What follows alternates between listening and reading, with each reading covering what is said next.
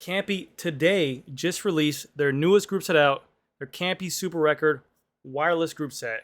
And it came out and they said they made massive changes to the group, which to the shifters they did. But in this video, this is not about the big changes. This is more or less a rant of the group set. And what I start off with this video is that this thing retails for $5,300 for their full group set. And I don't even think that includes a power meter on the crank. It's 4,500 euros. And they want to sit here and claim that they did the craziest adjustments to this group set. And not only that, the rear derailleur looks absolutely ugly, in my opinion. It looks like almost first generation Di2. In today's video, I'm going to be showing you guys everything they changed that they said was massive changes. They had X amount of years, I want to say 2 or 3 years, that people were anticipating this new release of this group set. And even I was looking forward to it because I'm like, okay, Campy is Campy. Like, I'm not gonna lie, Campy is for enthusiasts, for hardcore bicycle lovers. It is the jewelry of the component world out there. Yes, it is expensive. It's always been expensive, but to me, this is like a direction in the wrong direction. If they would have took their old group set and just made it wireless, I would have think that it would have done a better, I don't know, I mean, not a better job, but just looked better. Now, full disclosure, I do sell bikes. I work in a bike shop. A lot of my bikes do not come with Campy on there. This is definitely, the Campy group sets are definitely more on the Pinarellos, the Colnagos, and stuff like that. And but we did, me and my brother, we both like Campy mechanical. We ran mechanical back in the day, 11-speed and 10-speed stuff on our bikes. And he still has it on his bikes to this day. I'm a full-fledged Campy lover when it comes to the older mechanical stuff. And even the 12-speed, the electronic stuff was really cool. I just hated the battery, how the cables came out, how the wires were attached to the battery and stuff like that. But that's beyond the point. This is I can't even speak. This is the rant video to this monstrosity. Let's look at this stuff real quick. I want you guys to see this stuff, and I'm gonna point out this stuff. So, it's a 12-speed group set. They changed the gearing configuration, and it's literally just a SRAM rebranding. Like, that's all it is to me. One, this whole derailleur here looks fugly as all hell. I'm gonna show you guys this so you guys can actually see this. Look at how massive this rear derailleur is right here. Dude, that looks like first generation Dura-Ace Di2. Look at how massive this front derailleur is. Now I get it. I'm sure there's patents they have to get around, which they said, to not be ETAP because this is a full wireless group set. So on this group set, they have individual batteries now. There's an individual battery on this front derailleur. There's an individual battery on this rear derailleur. And the group set's fully wireless. Great. They made strides to make that. It's awesome. They got the weights down, which they claim is 2,520 grams or something like that. 2,520 grams in its lightest configuration, which is a 45-tooth chainring and a 1025 cassette. Which, again, it seems like it's going backwards. But just the first pure aesthetics of this bike, to me, looks crazy ugly. Now, again, first impressions, I haven't seen it in person. You guys are going to say, don't judge it. I'm going to get my hands on this stuff. I'm going to probably review a bike later on down the road with it.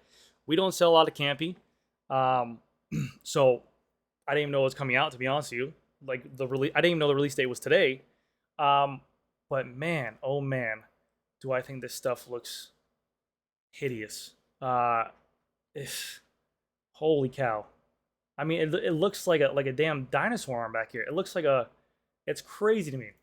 All right, so let's get into this. So with Campy, they made a new 12-speed wireless group set. That's not the proclaimed 13-speed that everyone's kind of thinking they're going with. It's only 12-speed. They have 3 new cassette options, and they also have 3 new crank sizes as well. They followed SRAM's configuration, and they went with a 10-tooth cog in the rear. But they only have a 50-tooth chainring for their max size. Now, even SRAM has now adopted bigger chainring sizes because they realize that people want more gear. So why wouldn't you go ahead and release this crank with some options for bigger chainrings? In this article, they even say that they're going to have pro chainring options only for bigger gearing on there. I can tell you right now, 50-tooth chainrings, yes, they were still a big chainring. Yes, the 10-tooth and 50-tooth are comparable to a 5311. But still, people want more gearing on there because the 52 and the 50 whatever, the 52 tooth works better with the mid gears. They did change these shifters as well, which they are much more smaller and much more ergonomic. They said they look very similar to a Shimano Dura-Ace now, but they changed the paddle shifters on there as well, which I'll show you in a second, right here. What is this? What is, I don't even get, like, so now it is a 2-finger system on here. It might feel great, but from just first aesthetics looking at this thing, who shifts with just their 2 fingers on here to even keep it on there? I would much rather prefer the old thumb and just a lever. Now you just have these buttons on there that you have to go up and down, press up and down on. Like, again, I'm sure it's to get by patents, but I mean, it doesn't look good to me in my sense. It really does just look like almost cheesy and knockoff-ish. It just looks like plastic on there. I'm not a big fan of it. They said it's a 50-50 split, so it takes up a good amount of it. Yeah, it's just mind-blowing to me. So, also going back to this, we can look at this. Here is a picture of the front derailleur, which looks huge on here, again. And then even Campy is proclaiming that they can have batteries where you can take them off the bike and go ahead and charge them off the bike. Now, get this. Again, because of patents, the front derailleur and the rear derailleur, now basically on a wireless bike with SRAM, you can interchange your battery from the front derailleur to the rear derailleur. So if you're running low on battery, you can take this one off and then ride and do that. But because of patents, you can't do this on this. Now, there's batteries are proprietary for the front derailleur, and the battery is proprietary for the rear derailleur. So you have to charge your batteries accordingly and make sure you charge both of them at the same time to go ahead and get it yourself. They do have a little gauge on the outside here, and you also can charge your batteries on the bike, which I don't know why you want to do that if the whole point of detaching them is to make it easy for you. But good for you. They also have a wireless system. They said that you can take off the battery and you can get about 20% in 10 minutes if you forgot to charge it. So if you're running late for a ride and you got the extra 10 minutes, pop off your battery, put it in the charger, and you're good to go. But still, it baffles me, one, by this ugly shape on here of this. Like, it doesn't even look like Campy anymore. It literally looks like a first generation. You have this little display here, right hand shifter, upshift easier gear, downshift lower gear. My goodness, man. Here you have another look at the Hooda here. They said that they got rid of the little hump on the handlebars, so that way it's going to be much more ergonomic. It's going to be flush in there, which is cool. But again, when you go ahead and you say that Campy changed the game and made major changes by making a 10-tooth cog, a 50-tooth chainring, detachable batteries, wireless, no power meter on your crank, and you put a price tag on there for $5,300 just for a group set. Now, I know Campy, again, was for the rich, but that's, you can get a Tarmac SL7. You can get a complete bike with wireless shifting for $5,300. You can get a Madone for $5,300. You can get a Pinarello Prince nowadays or whatever. You can get a bunch of bikes nowadays for $5,300. It's very tough. And now I'm going to sit here and say, well, Grant, Dura-Ace is $4,000. SRAM Red is $4,000. But I mean, like, this going to $5,400 or $5,300, it's like, it's mind-blowing to me that I saw a group set that's $5,300. And it's not even like groundbreaking, game-changing. You have the wireless 2032 adapter or a battery right here. And then for the cassette as well in the back, this is even weirder. So with SRAM, because you have these smaller chain rings and everything like that, they made it to the point where, like, okay, you can have a really tight cluster on SRAM or a really wide gear ratio, like a 1033. But Campy's like, nah, screw that. We want to make some weird-ass gear ranges for you guys. We want to just take everything and just fuck it all up for you guys. So, like, the only 3 cassette sizing they're offering right now is a 1025, which SRAM just recently got rid of their 1026. And even Shimano's lowest tier cassette that they offer is a 1028 because 12 speed. But Campy's like, no, we want 1025, a 1027, and a 1029. Okay. And they also said that the old Campy cassettes are not cross-compatible with this new group set. So if you have an older cassette that you like the gear range on there, it doesn't work. And then for the cranks, which is even weirder to me, where are these at? I need to see these numbers for you. Hold on. So we have these weird sized cassettes that are kind of like a 10 speed, 11 speed kind of cassette. Then for the cranks, they only give you 3 options for these as well, which I kind of bash them for the top end, which is a 50 tooth. So SRAMs again, it's a 50-37. They have on here a 50-34, 48-32, and a 45-29. I can't think of anyone who would ever want a 45-29 on a 12-speed group set. Like, I don't know where this is going at all. A 45-29 with 12 gears in the back and a 10-tooth cog. It's mind-blowing to me. They also say the group set can't be ran one by. They don't advise for it. And yeah, it's still crazy to me. They don't offer right here now. I think they just have this little kind of hole here, which they say is, they didn't confirm it, but everyone's assuming that it's going to be for a power meter, but there's none yet. And then they want to hit you with the last but not least, which is mind-blowing to me. They hit you with the brake rotors stay exactly the same. They don't change anything about the brake rotors. Like, screw that. They look cool. You guys get that. But they hit you with this right here. Where it be at? Where it be at? 2 things they hit you with. 2 things.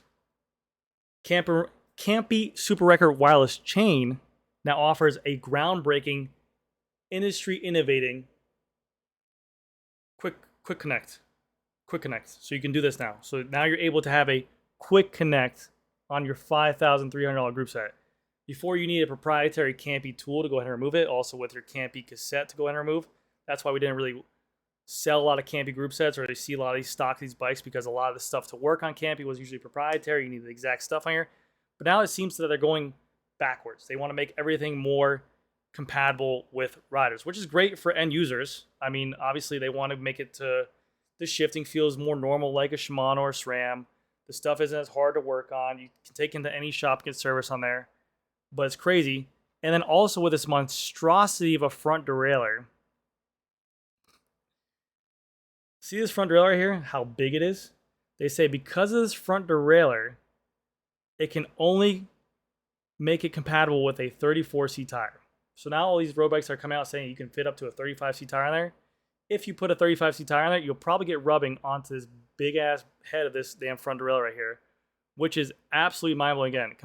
Campy says you can run up to a 34mm road bike tires with the front derailleur on a 410mm length chainstay. So in those type of things, which is crazy. But still, to even have a limit on these bikes now that are coming out with these 34 and 35, so I don't imagine what gravel's going to be like, yada, yada, yada, even though they have the car. But even look at the rear of this thing. This thing looks like a damn fist or a knuckle of a rear derailleur. Now again, I'm sorry that I'm bashing this before I see it, but man, when you slap a $5,300 price tag on something, it better look like damn gold or diamonds or something like that. And even with this, all said and done, we're seeing these manufacturers like Shimano and SRAM take advantage of this 12-speed and having these crazy gear ranges where you can run a 54 tooth in the front and a 32 in the back. And they're like, hey, yeah, you can run this. Can't be sitting here. Wouldn't reveal an official maximum cassette tooth capacity for a derailleur, but it says it will work up to a 32 tooth sprocket. Although somewhat contradictory, said the use of one is not recommended. So they don't confirm nor deny it. Someone said that you can use a 32 tooth sprocket in the back, but then they also say they don't recommend it. Even though the cassettes they just released, the biggest size is a 29 tooth. So I don't know where you get a 32 tooth sprocket from. It's mind blowing to me. Like, this to me just doesn't look. It looks like plastic. It looks cheap. I'm sure it's light. I'm sure it's gonna shift smooth. I mean, Campy always kind of shifts smooth, but man, for something that's been in the works for so long and so much build up to me, I think, to hit with $5,300 and it comes out looking like this, man, it's crazy. Again, Campy to me used to be the jewelry of it. That's why I'm so hard on it. When you put that price tag on it, you're going to take this kind of criticism from everywhere. But my gosh, golly God. Monstrosity. They still take a mineral oil. I'm trying to think if there's anything else in there. You do have, I believe, 15 millimeters of reach adjustment for the brakes on there. The brake calipers, I think they just have some kind of redesign for the logo. And that is it. That is it on this situation here. And to top it all off, I can't imagine what bikes these are going to come on and how expensive they're going to be. But man, $4,500 euros, $5,400 USD. I mean, that's pounds. I'm sorry, that's euros. Holy cow, dude. And these are just claimed weights in the lightest configuration. So even that, it's still gonna be heavier than Durace and SRAM. Here's the 8 things you need to know. Super Record is now 12-speed wireless. I ditched the iconic thumb shifter to introduce a new shifting logic to kind of attack new consumers. There are 3 cassette options. Front and rear derailleurs are complaining it shifts faster than Super Record EPS. It's not a big deal. Due to the 10-tooth cog, Campy is now offering smaller chaining sizes. Super Record Wireless inherits Campy's ProTech bottom bracket system found in e-car system. They also have a new app coming out which you can just basically do whatever you want to the software, which is the new norm as well. You can kind of change your configuration for shifting up and down. Campy has finally introduced a quick link to 12-speed chains. Wow. The brand says it's not developing an updated mechanical Super Record either, so they're ditching mechanical altogether. So not only that, they hit you with a $5,300 price tag, but they also say, bam, mechanical, guys. That's going to do it for this video, guys. Let me know what you guys think about this new stuff. I look forward to hearing from you guys.